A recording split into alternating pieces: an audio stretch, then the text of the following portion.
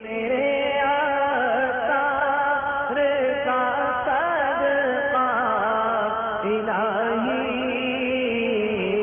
میرا جذبہ کسی صورت نہ کم ہو۔ لوگوں کو ہنسانے کے لیے مذاق کے طور پر ایسے ایسے جملے کہے جاتے ہیں جس سے بالکل ایمان پر حملہ ہے۔ میں مدنی چینل کے ناظرین اور یہاں موجود تمام اسلامی بھائیوں کی بھرپور توجہ چاہ رہا ہوں۔ آپ کو ایک ایسے عنوان کی طرف لے کے چل رہا ہوں جس کی طرف آج ہمیں بھرپور توجہ کرنی ہے۔ جس نے ایسا کیا وہ غور کرے، جو سن کر جانتے ہوئے بھی اس میں مبتلا رہا، ہنستا رہا اور کھل کھلاتا رہا، وہ بھی اب اس پر غور کرے۔ سب کے سب ہائی الرٹ ہو جائیے، بالکل ریڈ الرٹ ہو جائیے کہ یہ باتیں اب جو میں کرنے جا رہا ہوں یہ ایمان و کفر سے متعلق ہیں۔ اس کو بہت اہمیت اور دے کر اور بڑی توجہ کے ساتھ اب آپ کو سننی ہے۔ اور ایک مرتبہ بلند آواز سے پڑھیے درود پاک، صلو علی الحبیب توبوا الی اللہ، صلو علی الحبیب صلی اللہ تعالی علیہ وسلم۔ ایسے ایسے لوگ ہنسانے کے لیے باتیں کرتے ہیں، تو اب چونکہ بے باکی ہے نا، زبان قابو میں نہیں ہے، کیونکہ زبان پر شریعت کی لگام ہونی چاہیے۔ اب یہ بے باکی ہے، کچھ نہیں ہوتا، پھر کہتے ہیں سب چلتا ہے، سب چلتا ہے۔ ارے کچھ نہیں ہوتا، خالی ڈراتے رہتے، پہلے سن لو پھر میں بتاؤں گا۔ اب اچھا ہے، جہنم میں جائیں گے، فلمی اداکار بھی تو وہی ہوں گے۔ تو یہ ایک جملہ بطور سوال امیر اہل سنت نے اپنی کتاب خفیہ کلمات کے بارے میں سوال جواب میں نقل کیا۔ جواب اب سنیے کہ ایسا کہنا یہ کفر ہے۔ اس قول بدتر از بول میں جہنم کے عذاب کی تخفیف یعنی عذاب الہی کو ہلکا جاننا پایا جا رہا ہے۔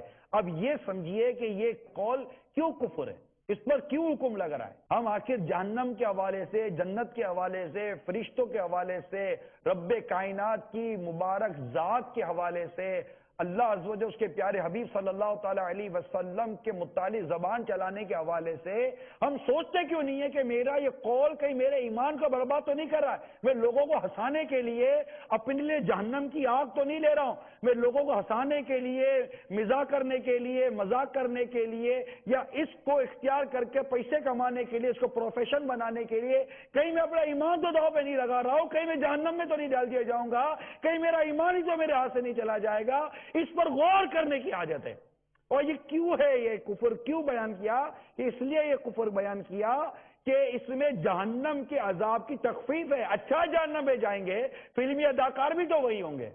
اچھا ہے جہنم میں جائیں گے کہ فلمی اداکار بھی تو وہی ہوں گے، تو ایسا قول یہ کہنا یہ کفر ہے۔ اس قول جو بدتر از بول ہے، اس میں جہنم کے عذاب کی تخفیف ہے، یعنی عذاب الہی کو ہلکا جاننا پایا جا رہا ہے کہ ٹھیک ہے جہنم میں چلے جائیں گے۔ ارے جاننا کیا جہنم کیا ہے؟ سب سے کم عذاب جو سب سے کم گناہگار کو دیا جائے گا وہ یہ ہے کہ جہنم کی آگ کی جوتیاں اس کو پہنا دی جائیں گی، جس سے اس کا ماتھا پتیلی کی طرح کھولتا ہوگا اور وہ سمجھے گا کہ سب سے زیادہ عذاب مجھے کو دیا جا رہا ہے۔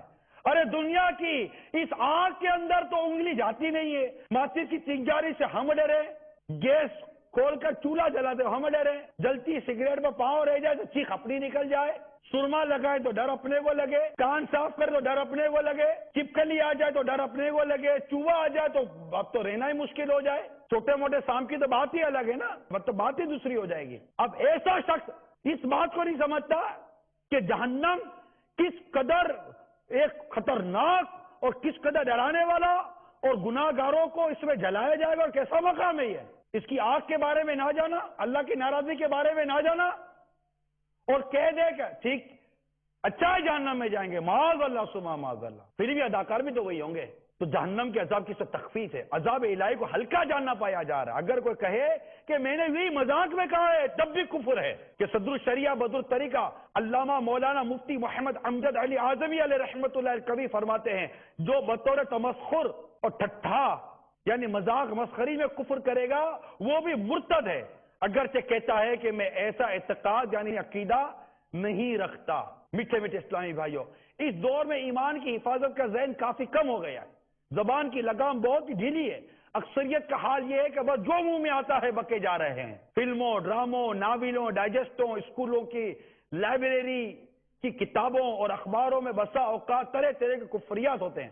اس طرح مزاحیہ چٹکلوں کی کیسٹیں بھی بعض اوقات کفریہ فقرات سے بھرپور ہوتی ہیں، اور لوگ ایسے پروگرام دیکھنا، ایسے مطلب کہ چیزیں دیکھنا پسند کرتے جہاں پر بڑا مطلب کہ مستی مذاق لافنگ اور خوب ہنسی مذاق ہو رہا، اور اپنے بولے یار اس سے ٹینشن ختم کر دیا، پتہ نہیں سے ٹینشن ختم کرنے کے نام پر تمہارے ایمان کو بھی سلامت رہنے دیا یا نہیں دیا؟ تم کو ہنسی سے مطلب ہے، ایمان کی کوئی پرواہ نہیں کہ یہ جملہ سوچو صحیح، یہ جملہ ہے کیا؟ یہ جملے کو میں صحیح جان کر اس جملے پر راضی رہ کر میرا کیا ہو رہا ہے، اور یہ خود جملہ نکالنے والے کا کیا انجام ہو رہا ہے؟ اسی طرح مزاحیہ چٹکلوں کے کیسٹ میں کسی کامیڈین یعنی مسکرے نے جنت اور دوزخ کا مذاق اڑاتے ہوئے بکا، اگر تم لوگ جنت میں چلے بھی گئے تو سگریٹ جلانے کے لیے تو ہمارے ہی پاس یعنی دوزخ میں آنا پڑے گا۔ پوچھتے یہ بکنے والے کہ یہ قول یہ بولنا کیسا؟ فرمایا کامیڈین کا یہ قول کفر ہے۔